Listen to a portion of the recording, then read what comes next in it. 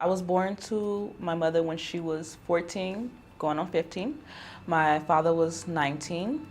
Um, After I was born, a lot of things went down. My father was distant. My mother was an alcoholic. She had a boy, my first brother. His father was more of a father to me.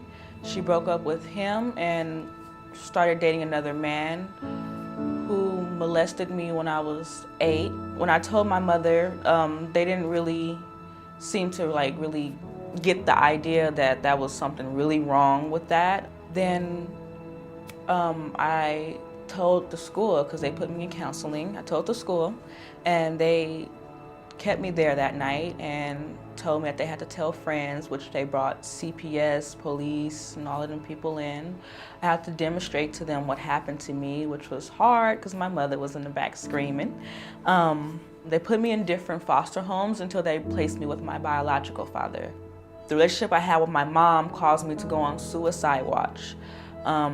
I kind of got past that after I noticed a pattern in my mother's behavior, and I noticed that she wasn't going to change. She got pregnant by my molester, so my youngest brother is fathered by my molester, which is another secret that I had to keep inside and hold, and which is hard on me.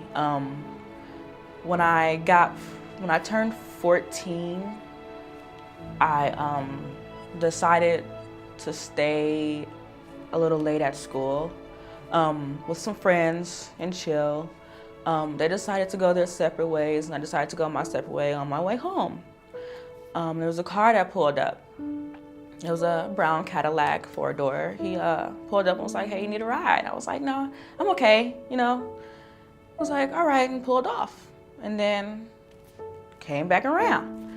When he came back around, he got out with a gun and was like, "Get out, get in the car, you going with me." And I was terrified for my life, so I got in the car. I'm not about to run because I think I'm gonna get shot. So when I got in the car, he pushed my head down and we was driving for hours. And we finally got somewhere, and it was like a big lady that he told me to call her Mama Strawberry. And she had a house full of kids. And I don't know, everything just didn't seem right. And he was like, you're gonna hope for me. And I didn't know what that was or what went with that. Now he explained everything to me, the rules, everything. Like he was the gorilla pimp. And I kind of got in it through the hard way. Other girls got in it because friends told them, or doing things like that, but I was forced into it, and it was kind of harder, especially with someone that really didn't care about your feelings or if you ate that day or anything like that. And he was like, you're gonna watch these girls out here and you're gonna do what they do, which was on International Boulevard. And all I had to do was go, and if I didn't come back with no money, then I knew something else worse was gonna come. So I had to do what I was told, but as I was doing that, he'll only take me out at certain times.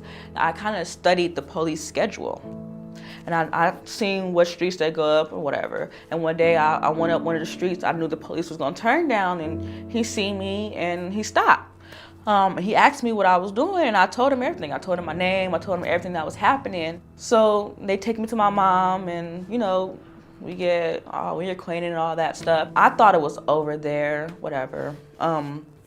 But for some reason, that life that he showed me to, it kind of grabbed me because I felt the freedom. I didn't really felt loved at home, but when I was out, anyone can love me, just for what I have. Like I'm giving a piece of myself for someone to love me because I'm not getting it at home, So it came a little bit more easier for me. And I guess I don't know, I would just get caught and go to jail over and over and over again. I kept just going back in the cycle.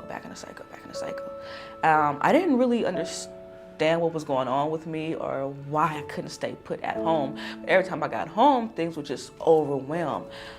I love my youngest brother, but his father is always around. I love my mother, but she gets drunk and just goes crazy on people for no reason, and then I don't know what to do. I got pregnant at 16 I had a friend, a white guy. He was older. We were always chill. He sold weed to the cannabis club, so like that was like my best friend at that time. I'm like, you know, we had sex for the first time or whatever, and time goes on, I get pregnant.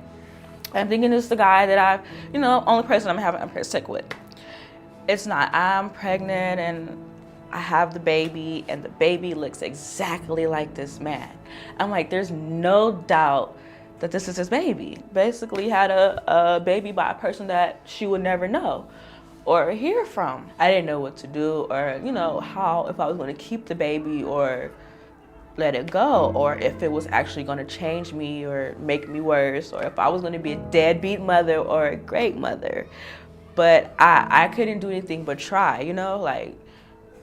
and it was like God was sending me, or someone up there was sending me too many signals to get out, or they were showing me that this door is opening for you, but you just keep walking by it and you're not getting in there.